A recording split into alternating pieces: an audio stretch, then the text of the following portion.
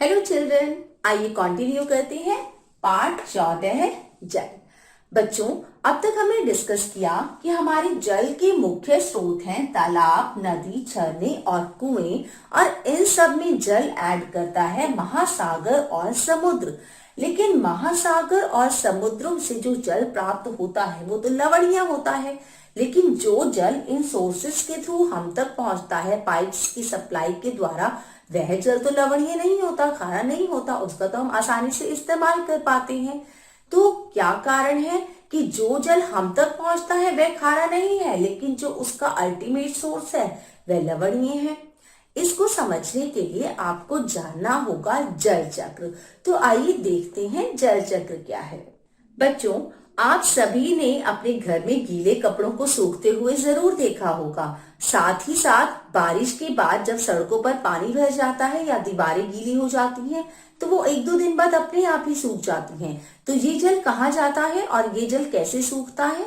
वह होता है जल चक्र की वाष्पन क्रिया के दौरान। होता क्या है बच्चों, जब सूर्य की किरणें पानी पर पड़ती हैं तो पानी जो है वो गर्म हो जाता है। जल के गर्म होने से वह जल वाष्प में बदल जाता है और इस प्रक्रिया को हम वाष्पन कहते हैं। ये जल वाष्प जब गर्म होकर ऊपर उठने लगते हैं और वायुमंडल के अंदर चले जाते हैं, यह प्रक्रिया वाष्पन कहलाती है, यानी कि जल का गर्म होकर वाष्प में बदलना। और जब वाष्पन होता है तो सिर्फ जल ऊपर जाता है, जो लवण है वो नीचे रह जाते हैं। अगर आपको बच्चों याद हो तो पाठ 5 में हमने पदार्थों के पृथक्करण में एक एक्टिविटी की थी, जिसमें हमने ये देखा था कि वाष्पन क्रिया के दौरान जल जो है वाष्प में बदल गया था और लवण नीचे रह गए थे। अगर नहीं याद है तो चलिए पहले वो एक्टिविटी देखते हैं। तो बच्चों, आज मैंने यहाँ पर लिया है 1 गिलास पानी और थोड़ा सा नमक। सबसे पहले हम नमक को पानी में घोलेंगे।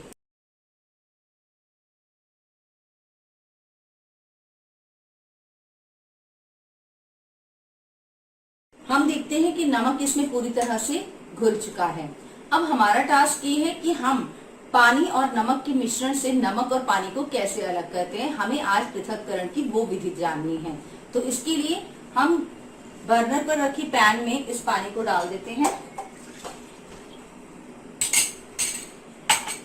और बर्नर को जला देते हैं। पानी धीरे धीरे गर्म होगा और देखते हैं थोड़ी देर में क्या होता है। तो बच्चे देखते हैं, हम पानी उबलना शुरू हो गया है और जब पानी उबल रहा है इसमें से कुछ धुआं सा आपको निकलता हुआ दिखाई दे रहा होगा।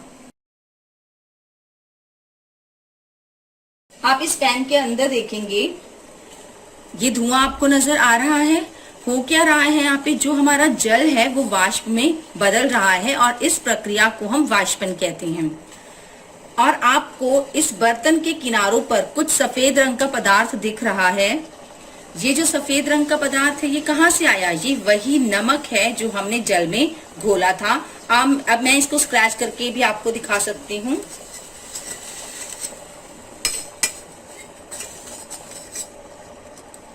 आप देखेंगे चम्मच पर थोड़ा सा नमक जो है वो चिपक गया है। हम इस जल को ऐसे ही उबलते रहने देंगे। ये जो धुआं है ये आपकी जल वाष्प है। साथ ही साथ मैं आपको एक और पृथक्करण की विधि बताती हूँ। यहाँ हमने एक प्लेट ली है, इस प्लेट को हम इस पानी के ऊपर ढक देते हैं। तो जो हमारी भाप है, जो हमारी जल वाष्प है, वो इस प्लेट से टकराएंगे। अब क्योंकि जो प्लेट है जल वाष्प गर्म होकर ऊपर जा रहे हैं और जब वो प्लेट की सतह को टच करेंगे, इसको छुएंगे, तो वह जल वाष्प जो है छोटी छोटी बूंदों में बदल जाएंगे। यहाँ देखिए, आपको बूंदें टपकती हुई दिखाई दे रही होंगी। ये क्या है बेटा? संघनन। यानी कि जो जल वाष्प थे वो ऊपर उठे, प्लेट से टकराकर वो जल वाष्प जो है वो संघनित हो गए, यानी कि दोबारा से पानी की बूंदों में बदल गए। यह प्रक्रिया संघनन कहलाती है। पानी को ऐसे ही उबलते रहने देंगे और यहाँ फिर से आप देखेंगे कि और सॉल्ट की लेयर जो है, जो नमक की लेयर है, वो बर्तन के किनारे पर जमती ही जा रही है। इस तरह से नमक और पानी धीरे धीरे अलग हो रहे हैं। तो बच्चों अब हम ये देखेंगे थोड़ी देर में क्या हो रहा है। पूरा का पूरा जल सूख चुका है। हम गैस को बंद कर देते हैं। देखिए इसके अंदर, इस पैन के अंदर जल जो है वो बिल्कुल हट गया है और हमारे पास रह गया है ये नमक। तो बच्चों आज हमने ये देखा कि किस तरह से हम जल और नमक के मिश्रण में से जल और नमक को पृथक कर सकते हैं। हुआ क्या, वाष्पन विधि के द्वारा जल जो है वो ऊपर उड़ गया और नमक जो है वो नीचे बैठ गया। इसी प्रक्रिया का इस्तेमाल किया जाता है समुद्र से नमक प्राप्त करने में। आपको पता है जो नमक हम खाते हैं वो हमें समुद्र से प्राप्त होता है। समुद्र का जो जल होता है वो खारा होता है, उसमें कई तरह के लवण जो है वो मिश्रित होते हैं। समुद्र के पास कुछ उथले गड्ढे, यानी कि ऐसे गड्ढे जो शैलो होते हैं, ज्यादा डीप नहीं होते, कुछ उथले गड्ढे बना दिए जाते हैं। समुद्र का पानी उन जब गड्ढों में भर के छोड़ दिया जाता है, फिर सूर्य के प्रकाश से वो पानी जो है वाष्प बनकर उड़ जाता है और नीचे रह जाता है हमारा नमक। तो बच्चों कैसे लगा आपको ये एक्टिविटी, मजा आया ना? अब आपकी बारी। और आपका सवाल ये है कि अगर मैं रेत और नमक का मिश्रण आपको दूं, तो अब तक हमने जो पृथक्करण विधियां सीखी, क्या उनमें से आप एक का इस्तेमाल या एक से ज्यादा का इस्तेमाल करेंगे रेत और नमक के मिश्रण को अलग करने में? आपको ये आंसर शेयर करना है मेरी इस वीडियो के कमेंट सेक्शन में। तब तक के लिए स्वस्थ रहिए, सुरक्षित रहिए। तो बच्चों इस एक्टिविटी में हमने क्लियरली देख लिया कि वाष्पन प्रक्रिया के दौरान जो जल है वो भाप बनकर ऊपर उड़ गया और नीचे बर्तन में क्या रह गया था, सिर्फ लवण। यानी कि लवण जो है वो वायुमंडल में ऊपर की तरफ नहीं जाते हैं, सिर्फ जल वाष्प ही वायुमंडल में होते हैं।